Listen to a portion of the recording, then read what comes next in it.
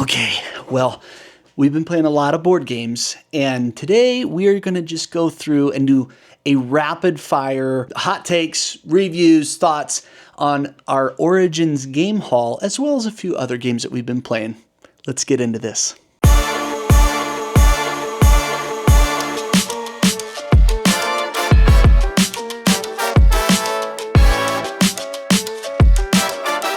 All right, well, first off, Origins Game Fair was awesome. This was my first time going to Origins, so I wasn't sure what to expect. I knew it was going to be a little smaller than Gen Con and maybe even PAX, but it was so awesome to just have a more laid-back atmosphere for a board game convention. I'm kind of used to the Gen Con energy and kind of that franticness, and there was just a lot of kind of laid-back vibes going on, and a lot of people just playing games. I was able to help out with the All Play events booth, so that was awesome. And, but I got in a lot of gaming at night. It was awesome for networking because people were, they just weren't as busy. They weren't as booked out. So it was really cool. Got to connect with some awesome game designers and publishers. I design board games and I'm getting more serious about that. So it was really cool to connect with some awesome people in the space. Shout out to Ammon Anderson, who I got to hang out with for a minute. Emily Vincent, rather, from Pink Hawk Games. Emily Hawk. Peter C. Hayward, AJ from the Fun Problems podcast. There were a lot of awesome people. Grandpa Beck's Games was there, Outset Media. I mean, there were just a lot of really cool people there, and there was time to actually talk, which was nice. Origins was awesome.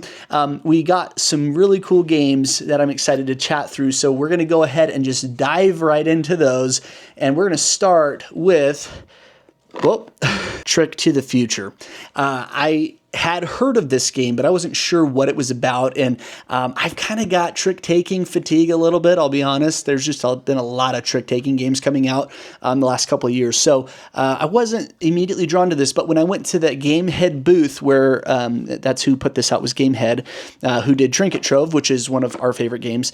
I asked them to demo it for me, and I immediately was hooked and bought it on the spot because of the unique mechanic here where you've got your power bars that you have, but then that's also the number of tricks you're hoping to win, right? And so with those power bars, though, you can manipulate the number on your card. You can take one of your power bars and change a 3, for example, into a 9 by placing the power bar there.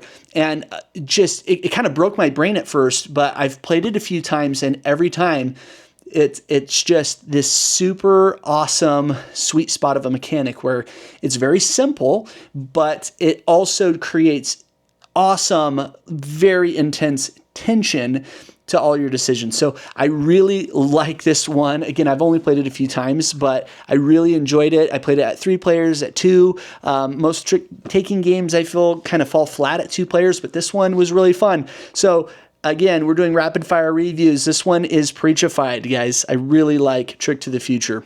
Another one from Gamehead is Friendly Fishing. Now, Gamehead is just on a roll. I love the size of their boxes and the price point for these games because, let's be honest, there's not a lot of space for board games, and so it's kind of cool to get some of these. But Friendly Fishing, the premise is you are in this little boat, and you're all taking turns moving the boat onto a space to get a fish, and you're trying to get sets. It's kind of got some Sushi Go scoring elements there with whoever has the most of this type of fish gets 8 points, second most gets 4, but then others are just kind of sets. There's some special fish that switch it up. But this is what's really cool. Here's the twist. You, at the end of the game, get your score, so you can total up your fish points, but then you also get to add to your score the score of the person to your left, who in turn order goes immediately after you. So while you're playing, you're obviously trying to set yourself up to get the best sets,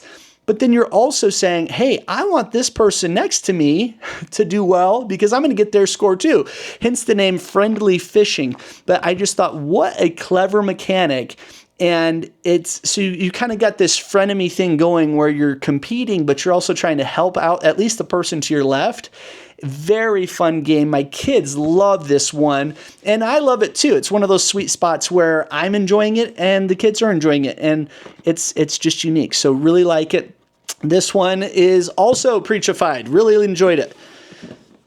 Next up, we have Uh-Oh Dino. This is by Ludo Liminal and is designed by Sabrina and Dave Kuliba. I think that's how you say their name. This is actually a signed copy, so the designers were there, and I wasn't on my radar. I'll be honest, this was another impulse purchase, but when I saw those stinking little Stegosaurus meeples that can carry the eggs, I was like, okay, all right, I'm a sucker for a clever little component hook. And so it looked like a fun little co-op game. I bought it on the spot. I've played it twice now, so my son loves dinosaurs, so I knew it was going to be a hit with him. And again, co-op games, we really like the Forgotten Island, Forgotten Desert, Forbidden. It's been a while, from Gamewright. So the Forbidden Desert, Forbidden Jungle, those ones are fun. My game of the year last year was Fate of the Fellowship, which is a cooperative game. So what I like about it is you're pulling from a bag these little pieces, and you can feel there's different sizes, right? But it's kind of a gamble, because if you pull out the bigger ones, you're going to get more actions, but there's also a bigger chance that there will be an earthquake, which is fun. There's a big chunky dice you get to roll when there's an earthquake, and you get to actually move the pieces out on the back of the game board, and it creates cracks, and then the eggs can get lost. And so there's enough going on here that it's really unique, super fun components. You're running around trying to get the eggs, and what's kind of fun, it's a little chancy, might be too chancy for some people, but when at the end of the game, you haven't won yet, because what you're trying to do is increase your odds of winning. So for every egg you save off the map and bring back to the home base, it increases your odds in a dice roll to win the game at the end. And the more eggs you get, you can get 1 reroll or 2 rerolls if you get a lot of eggs. And so it's kind of fun because it's this little chancy climax at the end of the game as well. I liked it. My son liked it. We've only played it twice, but in those 2 plays, it's a lot of fun. I think this one is sleeved for us. I don't know that I would run around telling everybody about it, but we love it. We're going to be playing it, and it will be our go-to co-op game for the foreseeable future. So that is Uh-Oh Dino. Next up, I love All Play. And somehow I have not gotten around to playing Mountain Goats until just recently. So Mountain Goats is one of All Play's evergreen titles. It's a new classic. I hear people talking about it all the time.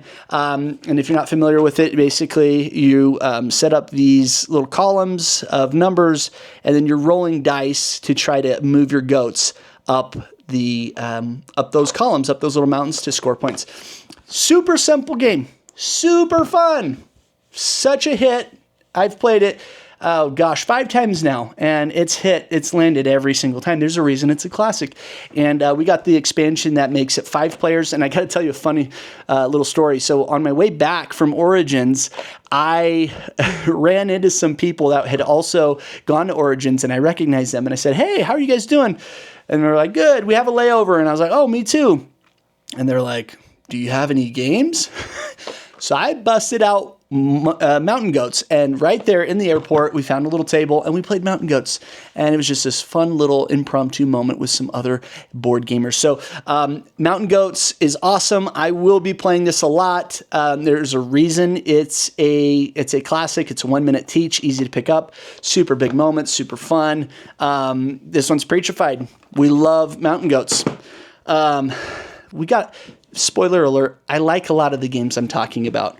This is Rebirth, okay? I found this at Barnes & Noble on discount. This is one I was interested in. It's Reiner Knizia. It was put out by Mighty Boards. Yep, Mighty Boards. So again, it's kind of a Euro-style game. you're setting down, you're kind of empire building a little bit. The world has ended and now you're rebuilding it, so it's kind of a fun theme. This game's amazing, okay? So spoiler alert, really like Rebirth. What I love about it is there's that Reiner Knizia is so good at this. He's the doctor for a reason. 800 published games. It's so simple and yet so deeply strategic. All you're doing on your turn is pulling up a chip and placing that single chip. There are 3 types. There are farms, there are power plants, and there are settlements. So you'll get one of those 3. You're going to place it on the map. You're trying to string together farms. You're trying to string together power plants and score points. There's some area control there with the castles. So if you've got the most spaces surrounding a castle, you get to put your color there. If somebody else takes over the area control, then they replace yours. And at the end of the game, there's some in-game scoring. It's so simple, so strategic, so good, so tense. Huge fans. We love Rebirth.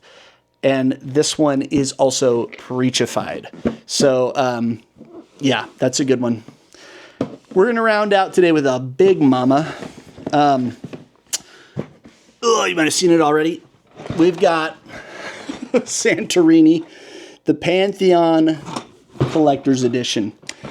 Santorini. Okay, how did I even get around to owning this? Well, I backed Excalibur, which is from Roxley Games, so that's who put this out, was Roxley Games.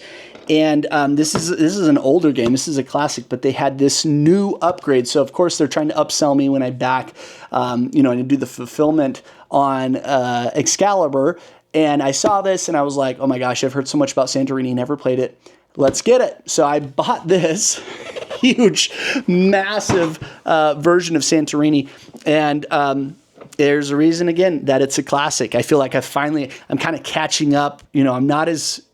I haven't been in the hobby as deep as I have been for very long. It's been like 4 years. And so I'm still playing catch up. And Santorini is one of those you got to play if you haven't. It's just very tense, kind of chessy vibes.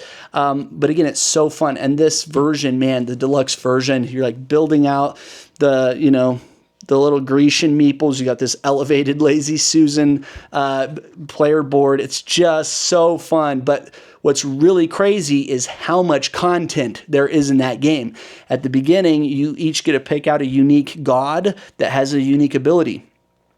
I don't even know how they came up with so many different cards and abilities. It is overwhelming. But there's like 3 different expansions that have 20 cards of new abilities. And so like the replay value is insane. Even just with the base game, you've got tons of replay value because you've got, 20 or so god abilities, but you can mix and match in any combination. So every game is going to feel totally different depending on what abilities you have. Some of them allow you to move twice and then build, or move once and build twice. Anyway, there is so much content packed into the game. It's the table presence is off the charts, super fun. My wife and I really enjoy that one. Santorini's Preachified too, you guys. So there you have it. We played a bit of catch up here. There's some of my Origins game haul. Definitely more to come. I'm very excited to talk about Container. We got the deluxeified version of Container. I'm looking at the mat here right now. In fact, I'm going to just dip the camera down, see if we can. Yeah, there it is. It set me back a pretty penny, but it was worth it. So that is our Origins story and our game haul and a few of the games we've been playing. If you like this video, like, subscribe, and follow for more, and tell us what you're playing in the comments. Thank you so much, and until next time, keep playing around the table.